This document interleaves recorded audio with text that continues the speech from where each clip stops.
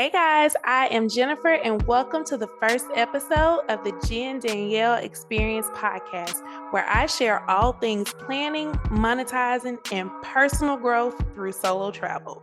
Today's episode is about the mistakes I made on my first solo cruise.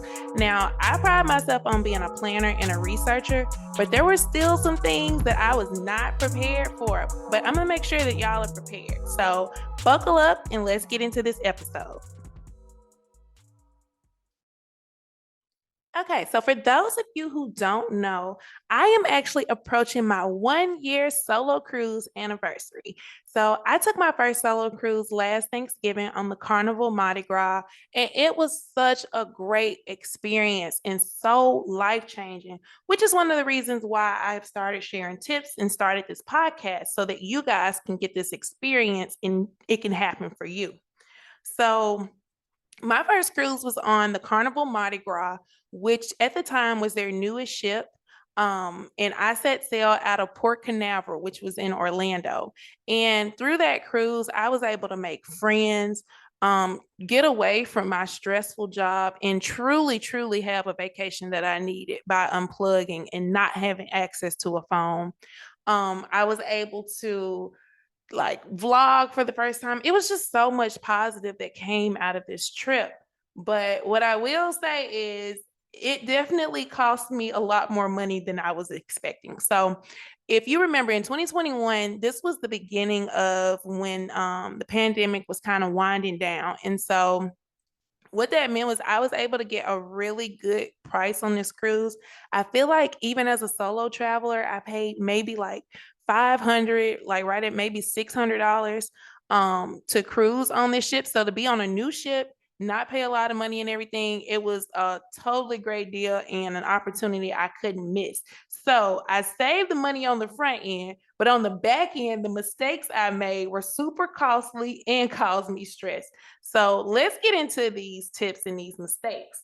So the first one was I packed my suitcase too heavy. Now, y'all watch my vlogs, so you know I am a serial packer. Like I bring everything. I have so many lists of essentials and so many things that I bring with me.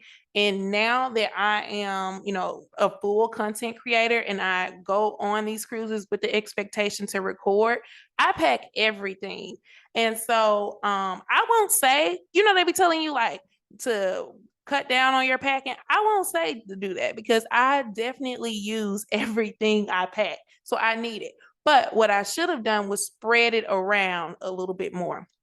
So at the time I took the cruise, I was overcharged. Well, I guess not overcharged. I mean, it was what it was, but I was charged $70 for my bag being over 50 pounds.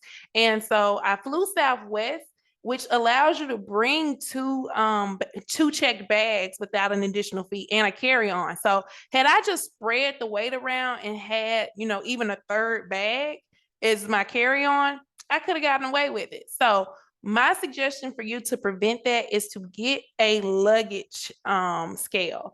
And they sell those on Amazon, and I'll be sure to tag one in the description down here. But you can get a scale to weigh your luggage before you get to the airport so that you are not paying those costly fees, because $75, I was like, yeah, yeah, that was just the first one. That was the first mistake I made.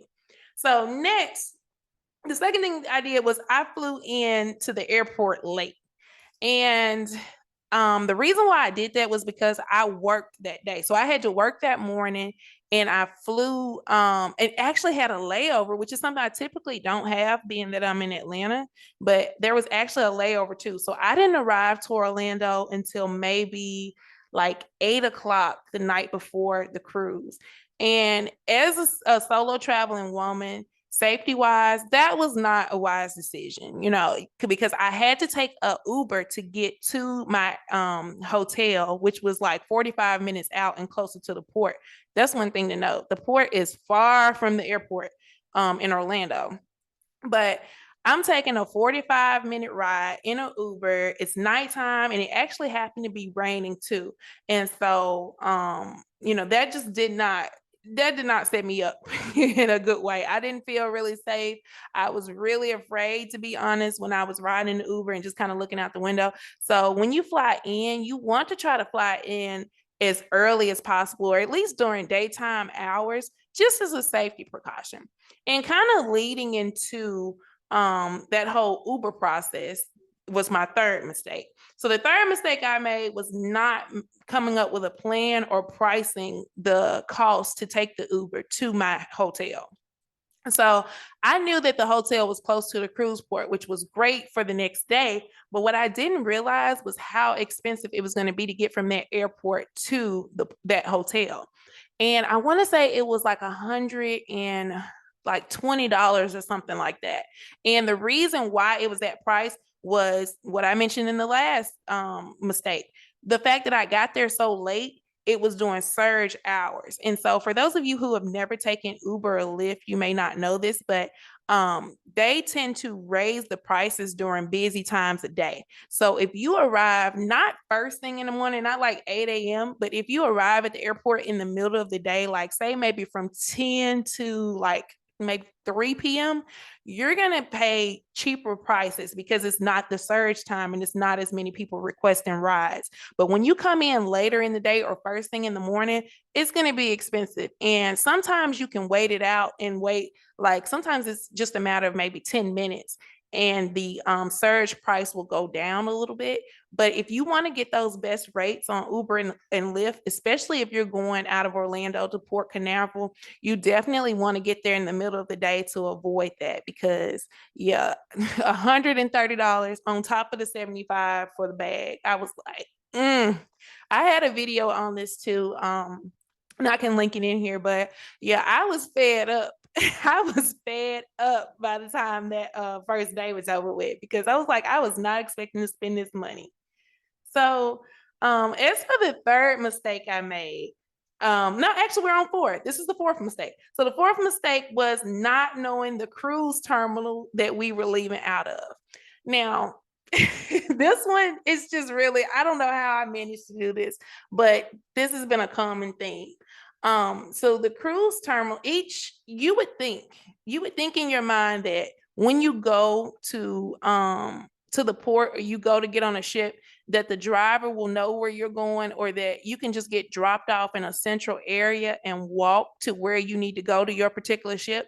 But it is nothing like that at these cruise ports. You have to know, usually they're represented by letters. I know Port Canaveral and Port of Miami are represented by letters, but you have to know what letter terminal you're going to.